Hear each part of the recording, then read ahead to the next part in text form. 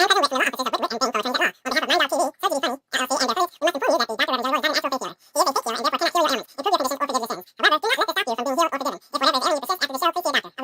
to me, my children.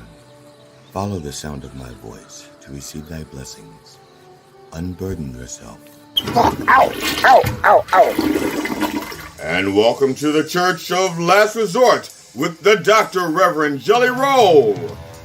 The Church of Last Resort, where your prayers are heard, your sins forgiven, and no matter what you believe, you won't believe this shit. And now, the Irreverent Reverend, the Dr. Reverend Jelly Roll. Good morning, good morning, good morning, brothers and sisters. And this includes our new members who may be enjoying us for the very first time, wherever you may be and wherever you want to be, because you may not be where you want to be yet.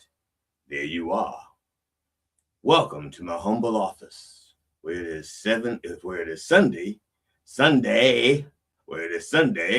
January 4th, and 2026, and 70 degrees, and no humidity, but plenty of amity. Yes, indeed. But on the other side of this wall, it is 28 degrees Fahrenheit. I guess I should have mentioned that because we got people who listen from almost all over the world, at least in the parts of the world where they're centigrade and probably Kelvin.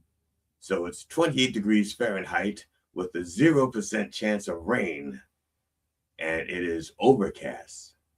There is a layer of clouds in the shape of a country that Donald Trump, in our name, committed a home invasion and kidnapped 2 of its occupants. Motherfucker. Welcome to the Church of Last Resort. I am the Dr. Reverend Jelly Roll, PhD, DDS, ADHD, MCM, LIX.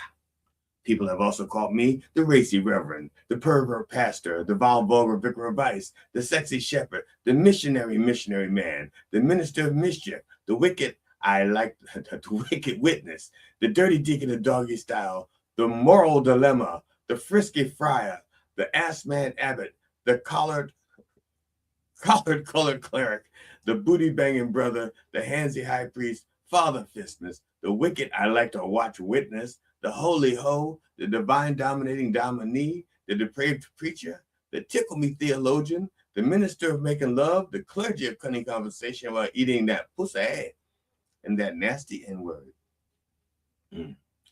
Yes, indeed. The point is that I come by many names and by many methods, and I do not come easy. No. So, brothers and sisters, let us begin.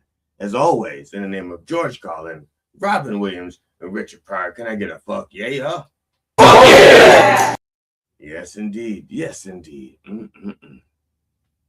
So, brothers and sisters,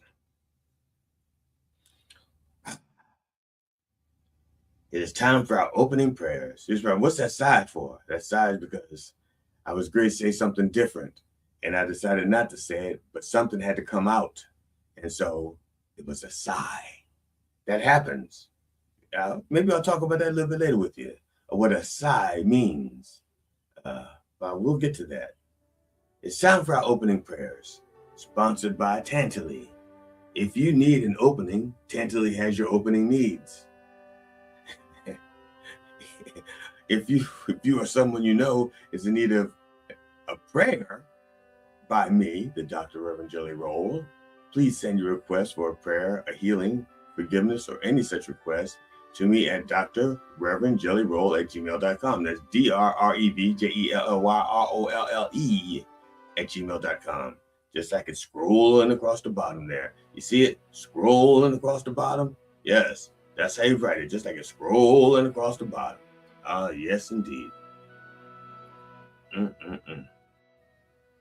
Now, if you send me an email, please remember to spell roll with an E on the end of it.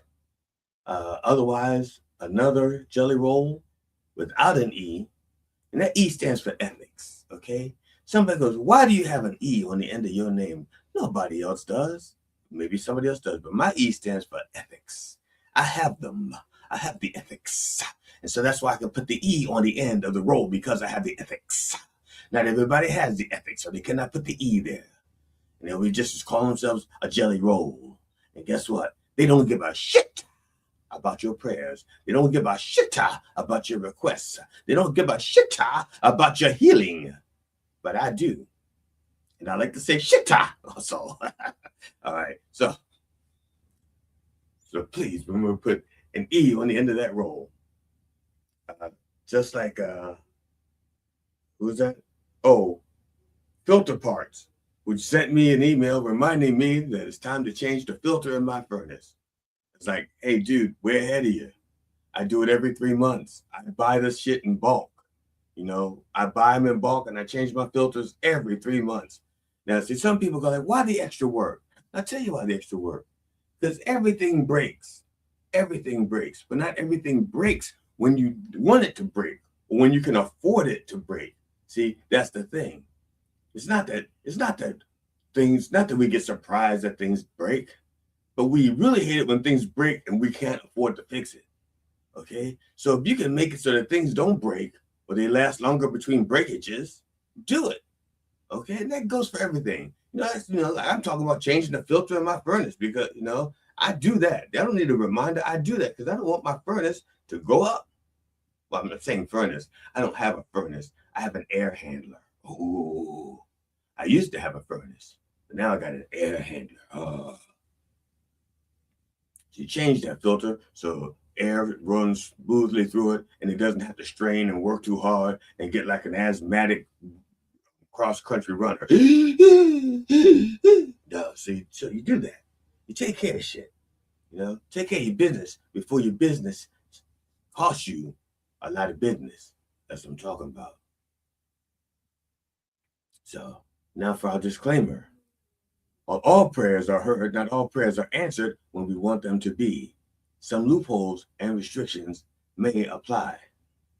And by may apply, I mean, oh yeah, they're going to be applying. Yes, indeed. Good morning, Sister Ann. California. Yes, fuck yeah, that's right. Fuck yeah. She says, good morning, sinners and saints. That's right.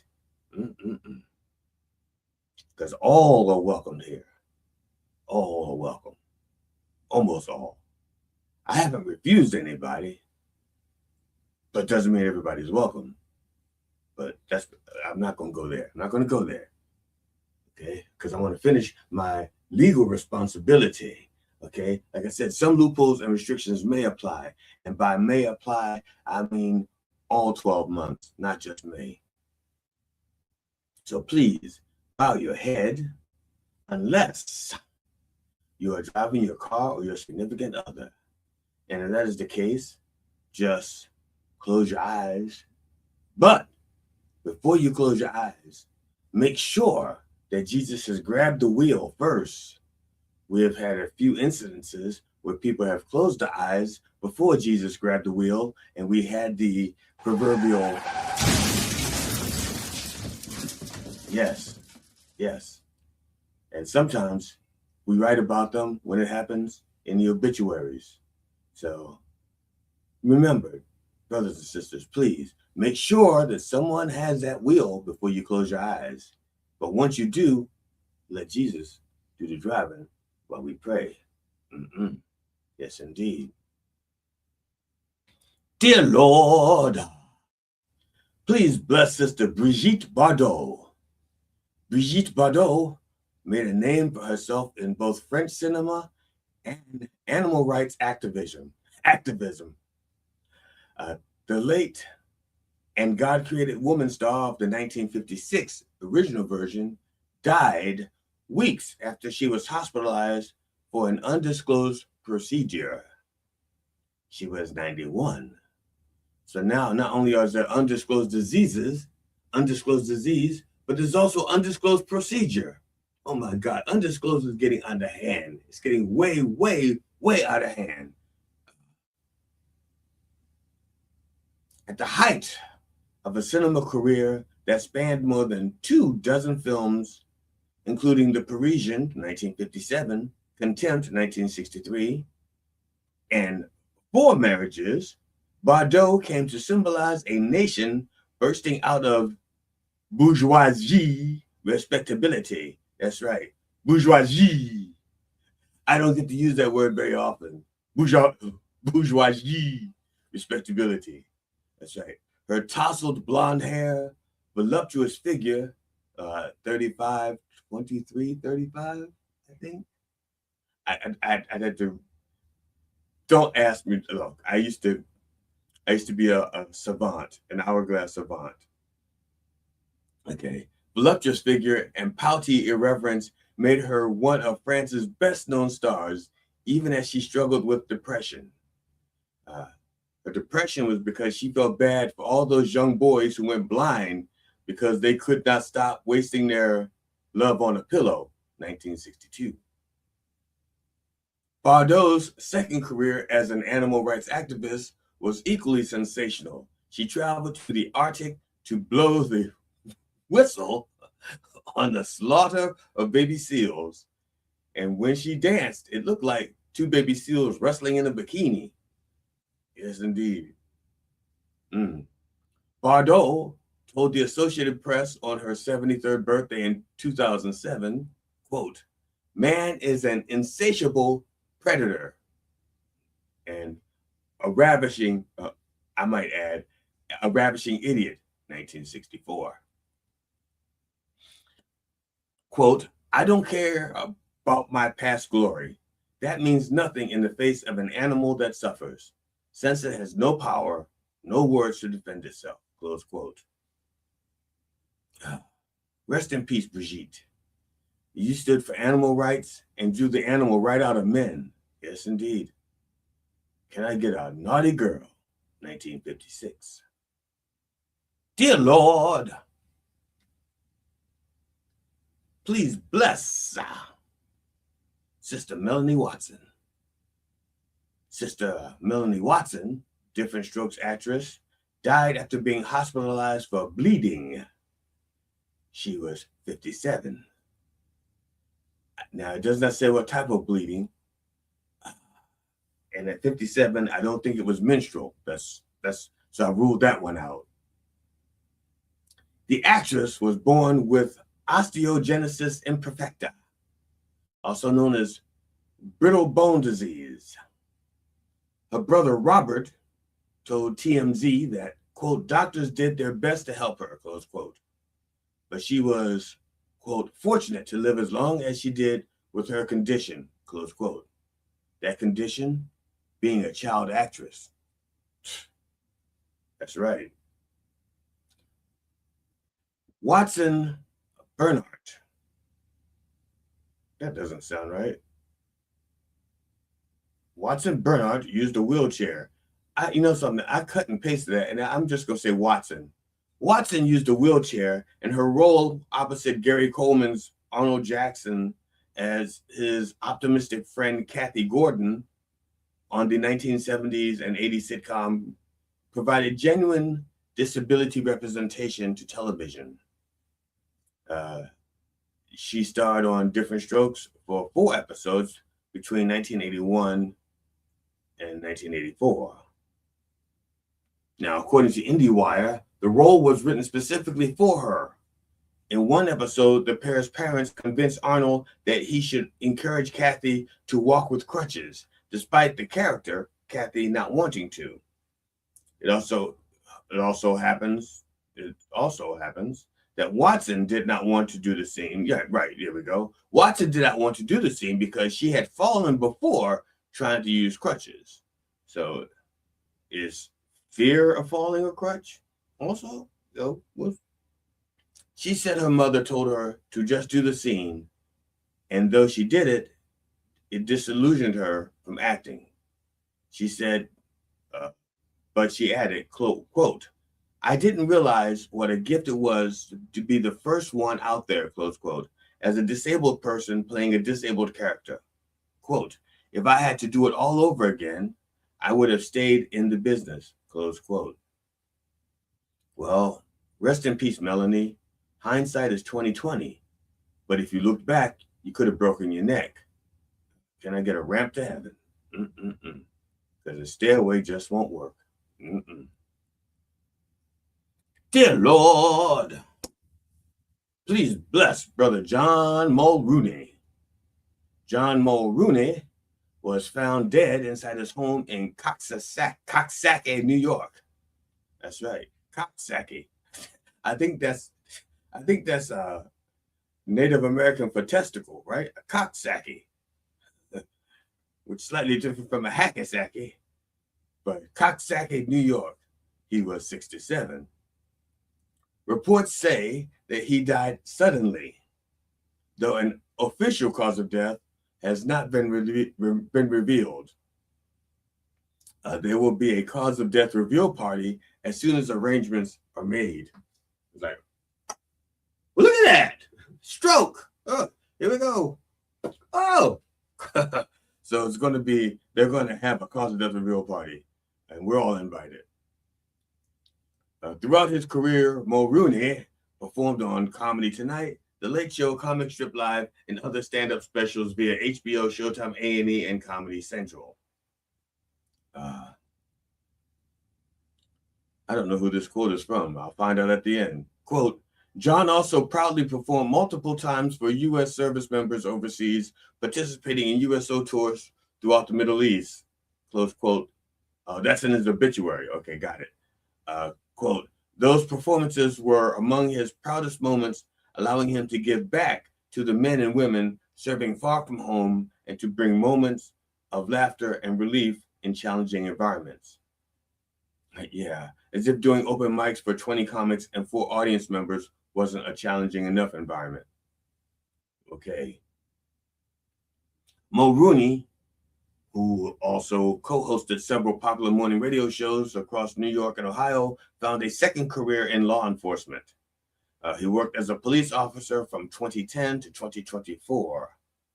I guess once he could no longer kill with his jokes, he decided to do it with a badge and gun. Rest in peace, John. Being found dead in your home is better than dying on stage. So I'm told. Can I get a mic drop dead? No, sorry, that's John. John dropped dead. Never mind, not Mike. Sorry, my mistake. Dear Lord, please bless Brother Ben Nighthorse Campbell. Ben Nighthorse Campbell, the former senator and U.S. representative of Colorado, known for his passionate advocacy of Native American issues, has died. He was 92. It says that Campbell died of natural causes, surrounded by his family, his daughter, Campbell. That's her story, and she's sticking with it. Yeah, all of a sudden. I think natural causes is the new SIDS. You know, when they don't know what kids is natural causes. You know? Campbell served in Colorado's congressional delegation across 3 different decades. He started out as a member of the Democratic Party and was elected to the U.S. House of Representatives in the 1980s. In the mid-1990s, 3 years after his election to the U.S. Senate, he decided to leave the Democrats and switch to the Republican Party over a balanced budget issue. The Democrats were against it. He was for it. So he said, fuck it. I'm going to go with the Republican Party because I want this bill. Now, that doesn't make fucking sense to me. There's something deeper than that. Because you can break from the party and vote another way. You don't have to just leave the party. There's something going on that they didn't tell us. Okay? Somebody hurt him. Somebody. Where did they touch you? Where did they touch you? Come on. All right. He served 2 terms as senator and then retired in the 2000s because of what he said were concerns about his health. Yeah. Working around those Republicans, yes. Never mind. I thought it was, quote, I thought it was a heart attack. It wasn't, close quote, Campbell said at the time, quote, but when I was lying on that table in the hospital, looking up at all those doctors' faces, I decided then do I really need to do this 6 more years after I've been gone so much from home? I have 2 children I didn't get to see grow up, quite frankly. Actually, his kids, close quote, actually, his kids' names are Shannon and Colin, and not Frank and Lee. See, that's how long he was gone. His kids was named Frank and Lee. They were Shannon and Colin, a girl and a boy. Rest in peace, Ben. If you stayed in Congress in the Republican Party, a heart attack would have been a blessing. Can I get a night horse of a different party?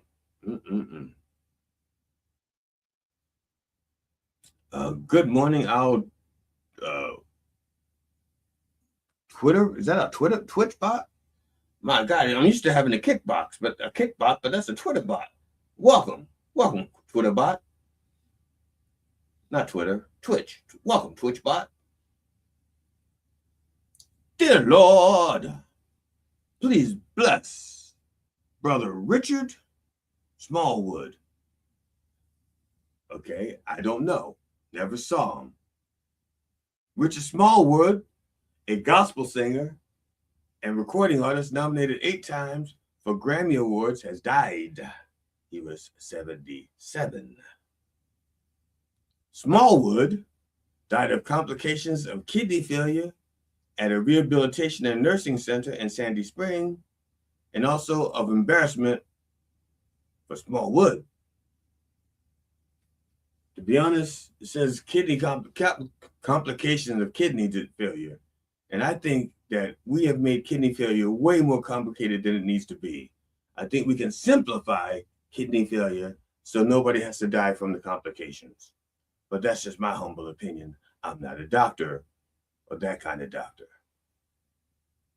For decades, Smallwood's music did more than fill sanctuaries. It shaped how worship sounded and felt for churches across generations. Revered as both a musical scholar and a spiritual guide, his compositions blended classical structure, traditional gospel, and Pentecostal praise in a way few had ever achieved. Quote, he was the perfect mix of the educated Negro and the Pentecostal pastor, said Bishop William Murphy, probably about 50 years ago. Rest in peace, Richard. Your song says, when we all get to heaven. But do you know something I don't know? Because I don't think we all get to heaven. Can I get an educated Negro my ass? Yeah, I think as long as Richard was communicating with God, he could have asked for big wood. I'm just saying. But what's in the name? And finally, Lord, please bless the entire behind-the-scenes staff at MindDog TV. They are truly doing your work, helping to spread your word throughout the wordosphere. They could be anywhere today, but they're here, wishing that they were anywhere today. And that ought to count for something. Amen. MindDog TV. That's right. Amen. Amen. MindDogTV.com, the place to go to get your Church of the Last Resort gear, your MindDog TV gear, your coffee with the dog gear, your painting with Matt gear, and your second gear, I think it is. Now let's have a little bump for the Lord. Brothers and sisters, brought to you, Bump for the Lord, brought to you by Bump in the Bottle, straight from our vineyards to your innards. Wine, just like Jesus used to make. The official wine of the Church of Last Resort. Now, we had been drinking the Rosata. This is a Pinot Grigio. And you're saying, wait a minute, Rev, it's half gone already. Yeah. Only thing I do when I'm not here.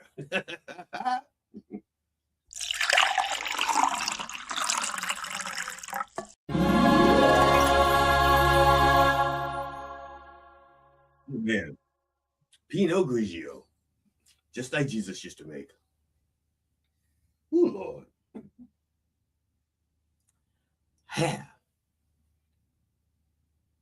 Brothers and sisters, in the name of George Carlin, Robin Williams, and Richard Pryor. Can I get a fuck yeah? Fuck yeah! Yes, indeed. Yes, indeed. Now, brothers and sisters, before we go on to our segment, Looking for God in All the Wrong Places, if you are out there in the audience and you have a product to push, a talent to exploit, business to promote, book, movie, a song, you can get on our flagship station, Coffee with the Dog, Monday through Fridays, 9 a.m. to 11:30 a.m. Eastern Time. Okay, a live digital broadcast. Now, I could tell you how to do it, but I have a wonderful person on staff, Sister Curly Hair So Bright, who can do a much, much better job at it than me. And she looks prettier. Comedians, musicians, songwriters, filmmakers, authors, and podcasters. Coffee with the Dog is booking for the winter and spring now. Get free publicity and hone your interview skill in a fun and safe setting. Coffee with the Dog is a live radio, live stream podcast based in New York that airs daily Monday to Friday 9 a.m. to 11 o'clock in syndication on iHeartRadio, as well as video streaming platforms like YouTube, Twitch, Rumble, and many other platforms. Guests usually come on remotely via StreamYard, like Zoom but easier, although occasionally we do in-studio interviews. The morning show focuses mainly on comedians and musicians, and they have interviewed many top names and classic celebrities such as Robert Klein, Mike Binder, Eddie Brill, Doug Stanhope, Steve Byrne, Paul Provenza, Jeff Altman, and many, many others.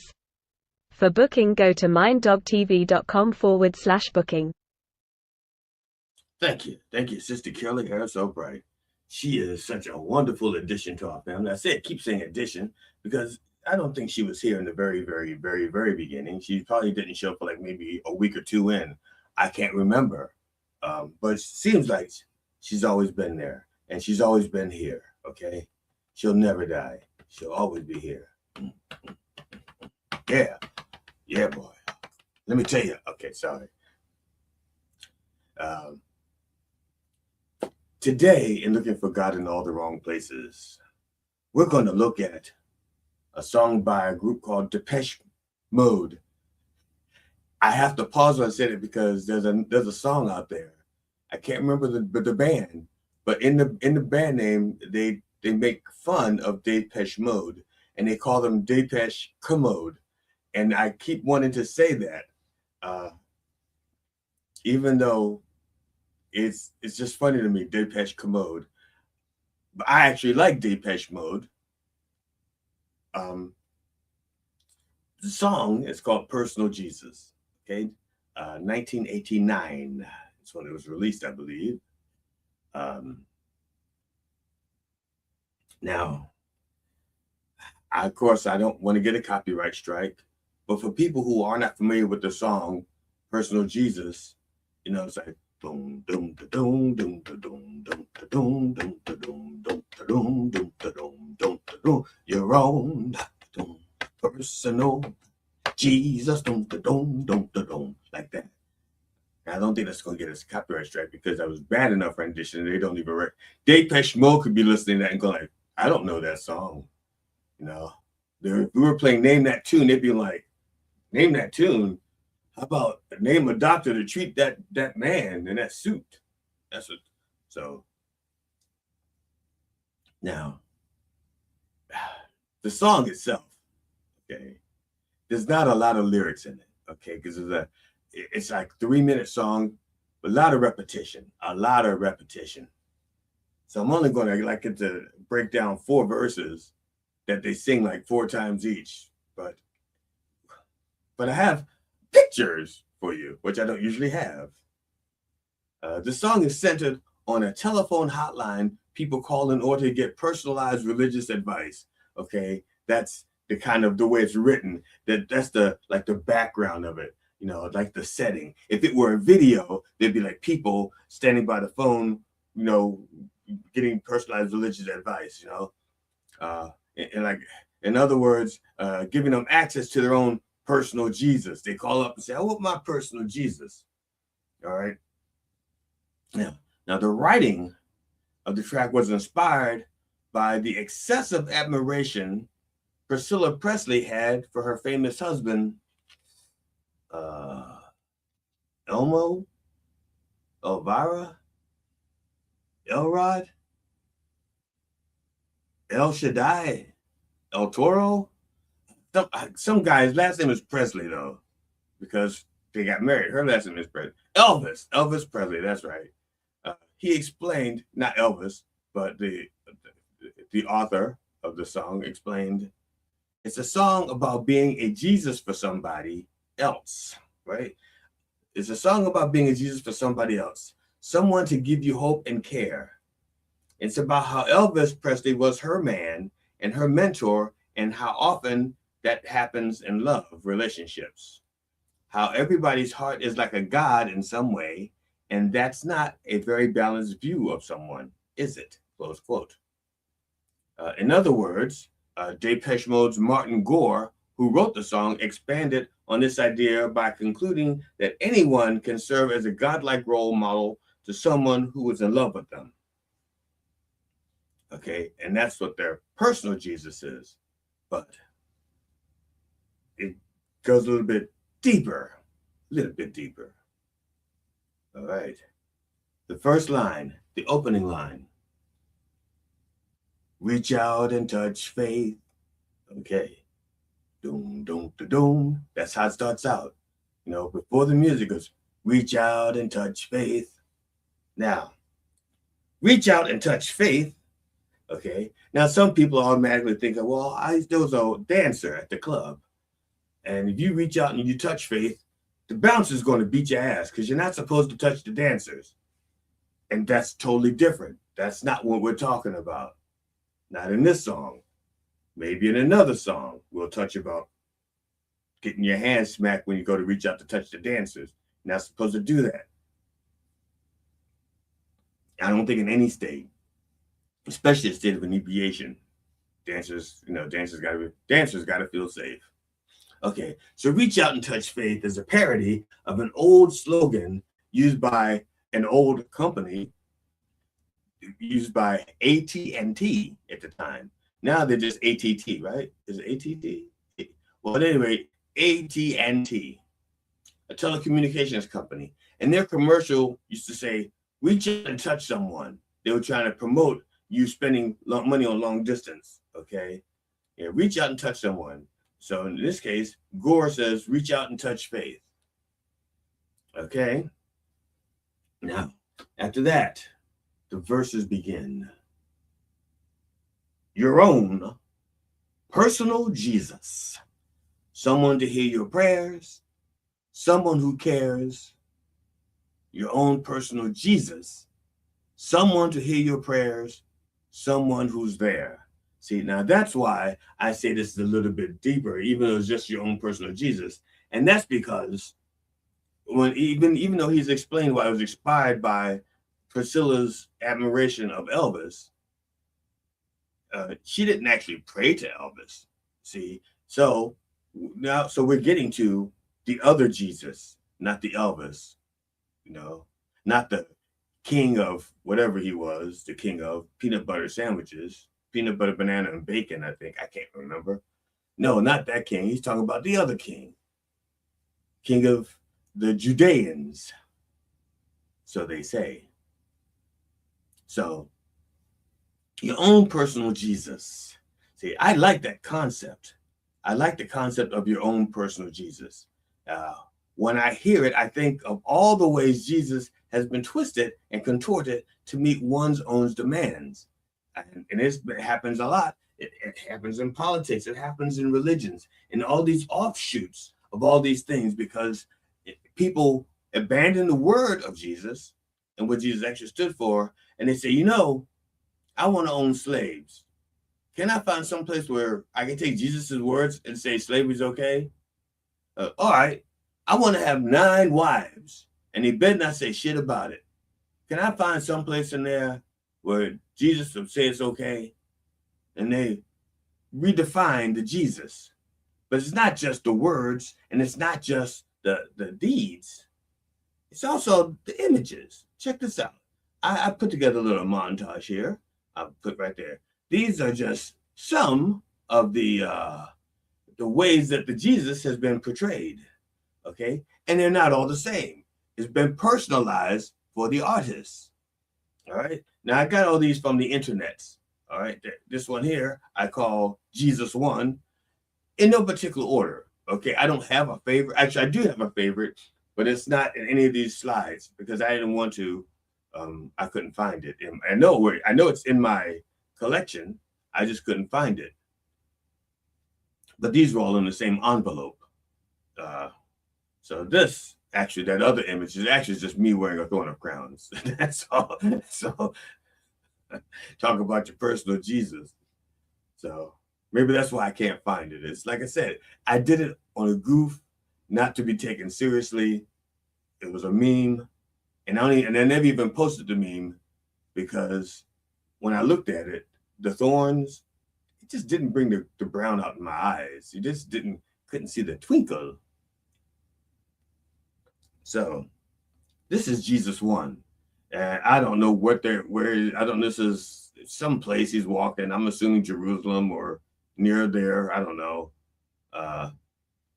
This one here. Now this one is what they believe Jesus would have looked like based on the time, the area, the climate, and what other Jews look like in that area. You take their DNA, you examine it, you break it down, you construct it, and this is pretty much kind of like what a Jew looked like back then, okay, based on DNA evidence. Not Jesus's DNA, because you can't find that anywhere that I know of. I mean, yeah, I don't know where to find it. So that's what they think. Scientists, anthropologists believe this is what the Jesus looks like. A little different than this one here. There's this one and this one. This one. This one. Okay. A little different.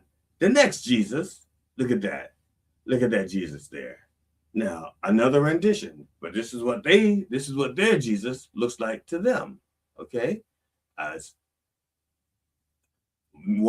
I call this Jesus 3. Again, they're only in the order in which I found them on the internet. This Jesus, what I'm calling Jesus 4, is actually an image that they reinterpreted based on the Shroud of Turin. I'm not going to do anything about the Shroud of Turin right now. But there's a shroud that they believe is the burial cloth of Jesus, and it has an image embedded in it. And they've actually had difficulty trying to duplicate the technology that would have created that image, in that cloth, that style, that way. But they did it like a negative, and this is the rendition of the Jesus that they think looks like based on the Shroud of Turin. So if you think the Shroud of Turin is the actual burial cloth, and that image embedded in the actual burial cloth is that same Jesus, then this is what they would expect you to think that Jesus looks like. Again, very European looking, not like the other Jesus that we saw. So, I'm sorry. I'm pushing the wrong button here. No wonder nothing's happening. I'm pushing and nothing's happening but my teleprompter changed. I don't know where I am. I'm going to find my place. All right, here we go. Now this Jesus, what's that? Black Jesus. Okay. Now a little bit darker than the Jesus that that's Latino Jesus, sorry. This Jesus, the black Jesus, is a little bit darker than the other Jesus, the anthropologist. A little bit darker than that Jesus. But what they did with this one is they said, well, it said his skin was bronze. This is about the color of bronze. They said his hair was woolly. Well, this is pretty much what wool is like. And they said this is what we think Jesus looked like. And also, we think he was an African, probably Ethiopian. And so this is their rendition of a Black Jesus. There's 900 other renditions of the Black Jesus. I did it again. So nothing's happening because I pushed the wrong button. Let's move this. Here we go. I think this is Jesus 6. This is Latino Jesus. Yeah. One of many Latino Jesuses.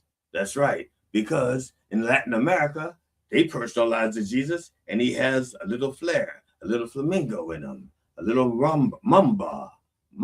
Yeah. Little rumba, a little sambati. That's right. Looks like Puspatuk Jesus to me. No, I did not find a Puspatuk Jesus, but if we find the Puspatuk Jesus, we can add that image also. I'm sorry, I meant Jesus. For those of you listening, that was not the voice of the Jesus. That was the voice of the producer. Not quite as prayerful as the Jesus. But so this is the Latino Jesus, one of many renditions of the Latino Jesus. And I'm bringing these up because, again, oh, look at that. Cinema Jesus. I don't know who did this one, but yeah, this is Cinema Jesus. This is Hollywood Jesus. This is Jesus as they would have him look in Hollywood. And I'm willing to bet he has like abs that goes on for days. That if he just sweat, like if a sweat fell from his brow and it landed on his chest, by the time it got to the bottom, it'd be like a cascade and like a rapids. It'd be like whoosh, going through all these ripples and stuff. It comes like, and by the time it hits his junk, like it's a whole rapid down there. It's a picked up speed and everything. Yeah. Yes, indeed.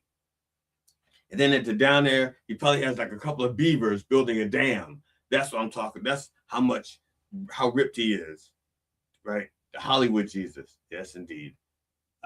Jesus 7. Yeah. I think there's one more Jesus. That would be Jesus 8. Oh, look at that. Glamour Jesus. That's right. Glamour photo Jesus.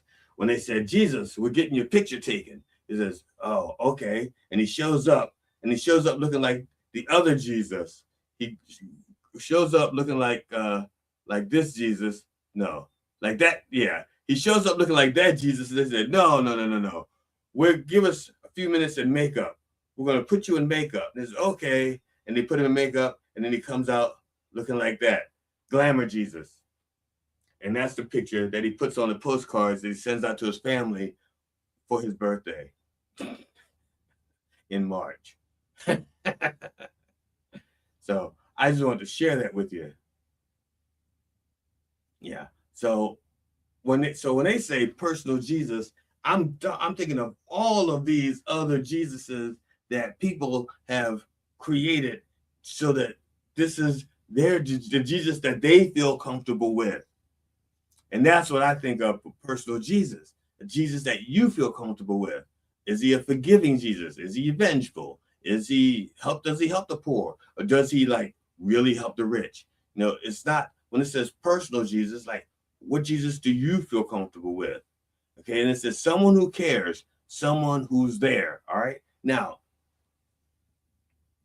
it does no good. It does no good to have a Jesus, personal or otherwise, if they're not listening to you, and if they don't care. Okay, and that's the whole point. Do they listen? Do they care? Now,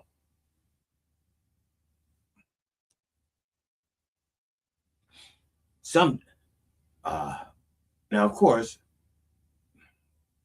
I'm pausing because this is kind of tricky. You can have people actually care for you, but if you don't interpret it as care, you're just going to get pissed off. Okay? If you're a child, I'll give you an example from my past. My little girl wanted another dog. She had a dog, but it was an older dog that they had adopted. She never had a puppy. The dog was fully grown when they got it. So she didn't get to imprint her ways upon the dog. Even though I did my best to teach her how to love the dog for itself, for what it was, she wanted a puppy. And I said, no. You don't always get to pick the things you get to love. You need to learn to love what you have as well. And so I said, no puppy. So her mother went out and brought a puppy home like in the middle of the night, like 9:30 at night, woke her up, called her downstairs and said, look, and she just goes bananas. Sees this little puppy on the living room floor, and she just starts playing with it. And then she says, looks at her mother and goes, Mom, can I keep it? And her mother says, ask your dad. And she turns to ask me. She goes, and I said, no. She went, no. And I said, this is not debatable. This is not up for discussion. Okay? You don't care about me. Was the immediate thing. Forgetting the fact that I was working my ass off day after day, working overtime so that at Christmas I could get her the gifts that she wanted. Okay? Working my ass off overtime. And now that I was giving her stuff year round. Okay? I wasn't trying to buy her love, but her original father abandoned her. And I wanted to kind of like make up for that. Let her know that I was there to stay. I was investing in her. Well, you don't care. It's like, oh fuck yeah, I care. It's just that you want to keep a puppy, and I said no. It's not in your best interest. It's not in our best interest. Not as a family. It's not. You're being selfish. I do care. So sometimes people can care, you just don't feel it. And if it's not the care that you want, you get mad and say, fuck it. I'll find somebody else who cares. You had somebody who cares. You just didn't want to see it. All right. Now, next verse goes, feeling unknown, you're all alone, flesh and bone, by the telephone. Pick up the receiver, I'll make you a believer. Okay. Now, this goes to the original that premise that this is, if this were a video, there'd be people sitting by a phone, waiting for something to happen. And they're waiting for the phone to ring. And he says, pick up the receiver. Now, I don't know if the phone is ringing or if he's saying pick up the receiver and call. Now, pick up the receiver. So if he's calling them, he's like, they're waiting for something to happen. If he's calling, he says, well, pick up. Then it means they're not picking up the phone. They're waiting. The phone's ringing. He's not picking it up. So pick up the receiver. So it's either, if it's ringing, they're not, for some reason, not picking it up. They'd just rather be alone. But on the other hand, if they're alone, there's a phone there and they're not using it. He's saying, pick it up. Call me. I'll make you a believer. Okay? Reach out and touch someone. That's a callback to AT&T. Now, the next verse. Take second best. Put me to the test. Things on your chest you need to confess. I will deliver. You know I'm a forgiver.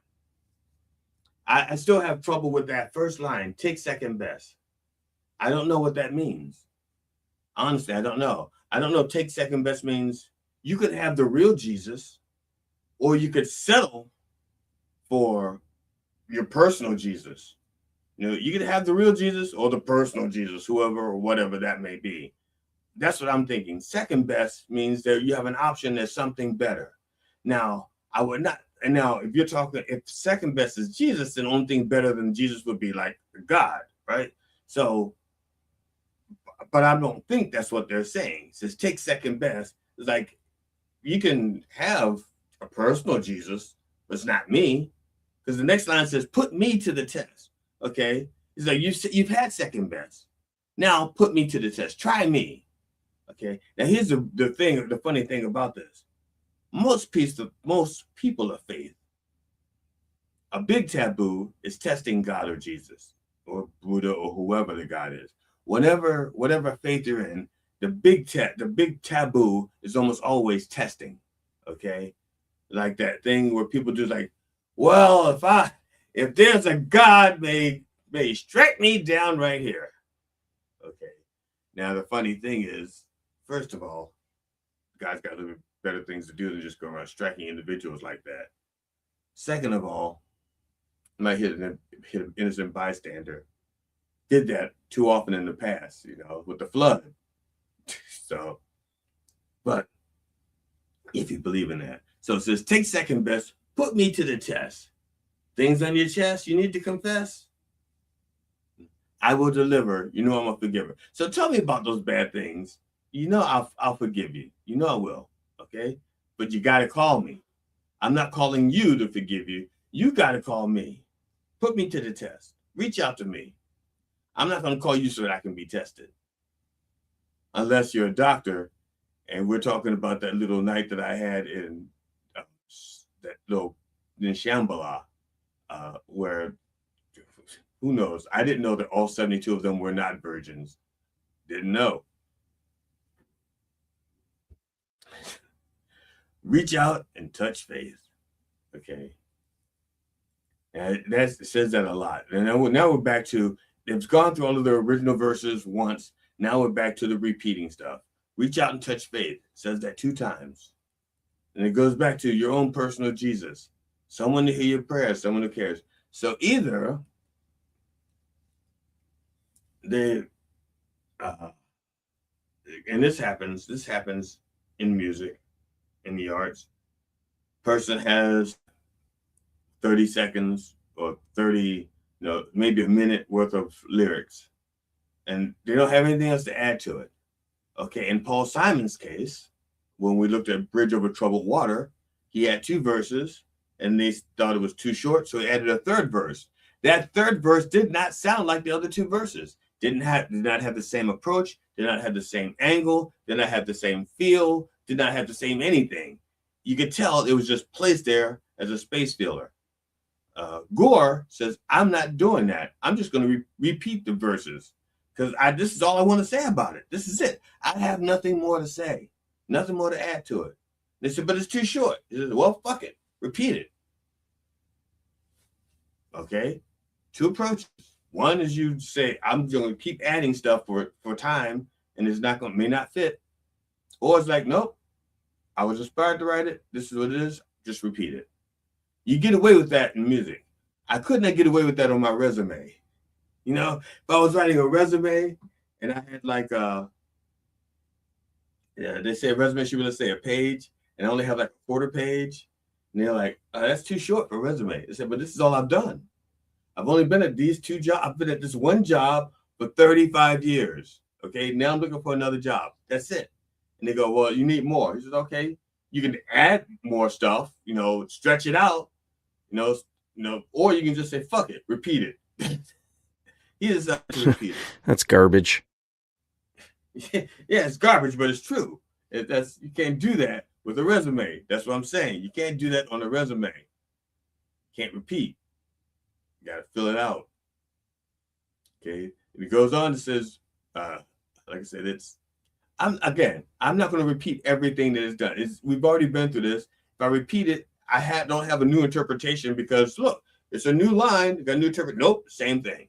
Reach out and touch faith. Reach out and touch faith. Reach out and touch faith. Reach out and touch faith. Reach out and touch faith. Reach out, reach out, reach out and touch faith. Okay.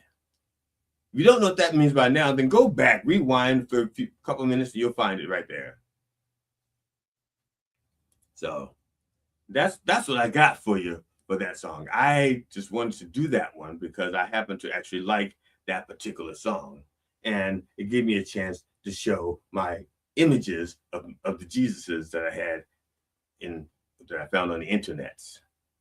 So now that I have a couple of seconds to kill, I want to talk about what I brought up briefly in the very beginning, and I didn't write it down. It was off the top of my head, and I forgot it. But I do want to talk about that. So I'll tell you what we're going to do. We're going to promote, take this moment to play a little. G.D. Fenderson has, you can hire him on Gig Salad. G.D. Fenderson, my writer, he writes most of the stuff I have here when I'm not improvising, so it's like a 50-50. It's like a 50-50 raffle. He writes and I improvise. Don't always stick to the script, but he does write for me. And when he's not writing for me and other people, you can rent him as a comedian or humorist on gigsalad.com at GD Fenderson.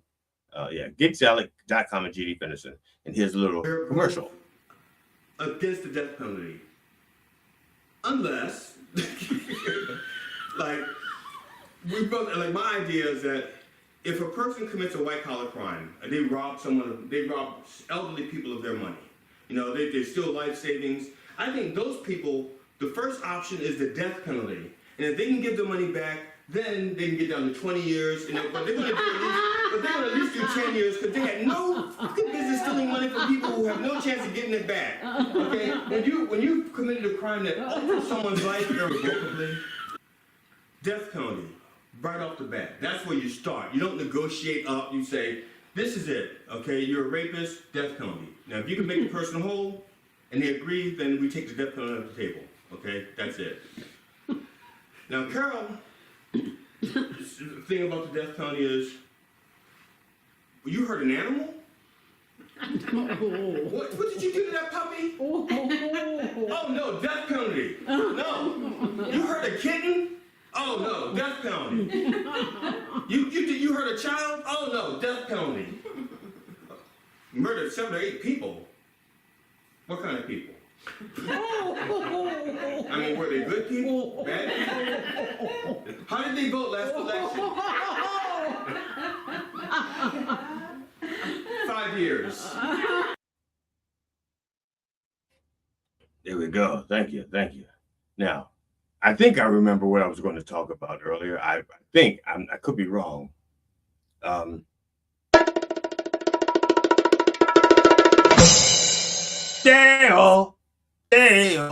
Daylight come and we don't want to come a strike. Okay, now it's funny. I have something here that I do not want to throw away. Okay, because it has sentimental value to me. All right, I don't want to throw it away, but it doesn't work anymore. My wife gave this to me. See, now you guys probably know what this is. It's one of those things that you turn and the sand does that. See? Now, the reason why it's broken, you see that line here? That line of liquid should be all the way up here. You should be able to turn it like this and it falls down. But see, this is so old that half of that liquid has evaporated. So it doesn't do it. It doesn't work anymore. You have to turn it halfway like this.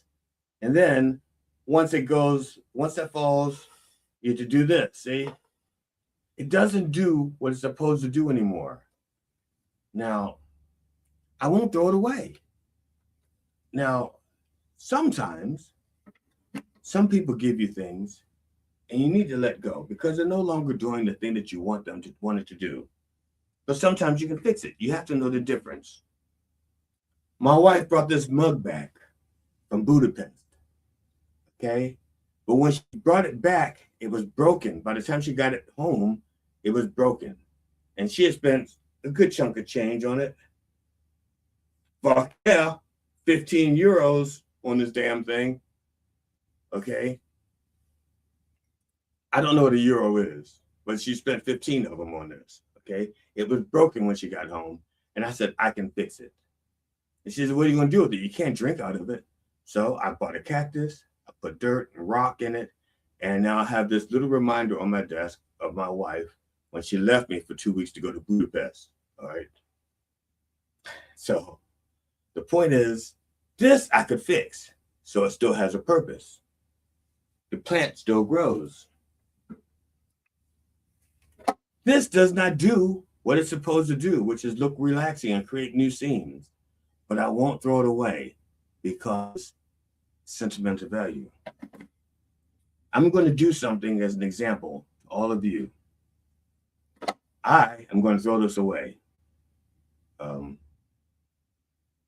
And maybe she'll get me a new one, Now I'll have the stand that I can't do anything with. See, it has lights in it. See, oh, you can't see. You can't really see it, but see, all these has lights in different colors. This only works with something like this. I'd be throwing away something perfectly good that still works. See, it still works. It still lights. Because this part doesn't work. So I have to find a compromise. I have to go, throw this all away. Maybe she'll get me a new one. Or hold on to something because it's sentimental and doesn't work anymore. It does not serve the purpose. The purpose was to help relax. Now, in a way, it does serve its purpose because when I look at it, I'm reminded of my wife and I relax. Until I realize that my wife wants me to do this chore, and then I can stop. Then I don't relax anymore. It says, my wife, I love her. Oh shit, she wanted me to fix her car. See? But that's beside the point. The point is, there's going to be a time when you have to make that decision of what you're going to keep and what you're going to throw away. And that's going to determine what kind of person you're going to be in the future. What you're going to hold on to, the things that work, the things that give you solace, the things that make you feel better, or you're going to hold on to shit that holds no purpose other than to remind you there's bad shit going on outside the world. At some point, all the shit that's going on right now is going to be past. Hopefully. Dear Lord, hopefully it'll be past. And we'll be able to get beyond it. But we can't just get beyond it. We have to fix it. We have to replace it with something better. This had a good intention. It's no longer working. It's not working for me. It's like the people who thought when they voted for Trump, they were getting something and they got something else.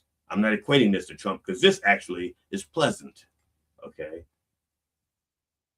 But it's not doing the job. So I got to get rid of it. Maybe replace it with something better. That didn't go where I thought it was going to go. So fuck it. On behalf, fuck it. Man, you know, sometimes I go on script, it doesn't go the way I thought, and it doesn't go well, and I can't edit it out because it's too late. I've already said it. So, and I'm over time, and I can't fix it. So thank you. Thank you all for watching. Thank you all for listening. Wherever you're listening, wherever you're watching, thank you. Thank you. If you have comments out there that you want me to see or respond to, you have to put them in the